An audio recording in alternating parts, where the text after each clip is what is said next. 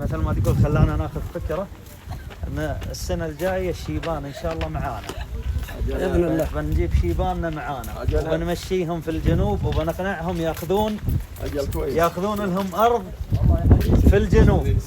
اي والله بنقنعهم ان شاء الله ان ياخذون ارض الجنوب. اي نبني لنا فيها مثلا استراحه صغيره ويصيفون هنا وهم متقاعدين.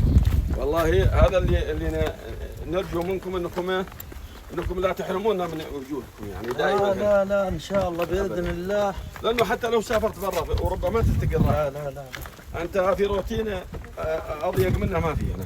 طبعا هني تاخذ راحتك عندنا احنا سنويا. والله تاخذ راحتك ولا يختلف عليك شيء عن لا ما يختلف. انت جاي عند ناس لا مثل عاداتك ومثل تقاليدك وكل شيء. هذا اللي يريحك. الحمد لله الله حياكم الله. سعيد المكان والزمان بجيتكم.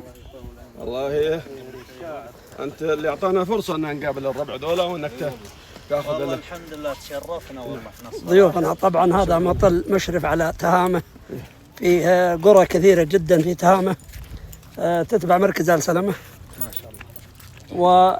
وفيه برضه محافظه المجارده، محافظه العرضيات الى القنفذة. نعم. حياكم الله. طبعا الجو ضباب فما يبين وما تبان، لكن يكفي الاستمتاع بالجو الجميل. منظر جو جميل. وجزاك الله خير ابو محمد على فكره المنتزه الجميل هذا. والله هذا بجهود رئيس البلديه الدكتور المهندس حسن بن مضواح القحطاني. طبعا كل هذا بدعم وتشجيع امير منطقه عسير في المقام الاول وهو عراب السياحه، ثم امين منطقه عسير، ثم رئيس البلديه كما اسلفت الدكتور حسن بن مضواح. له بصمات في كل مكان في المحافظه. ما شاء الله. نقول بارك الله في جهوده وبيض الله وجهه ما دامت السماوات والارض.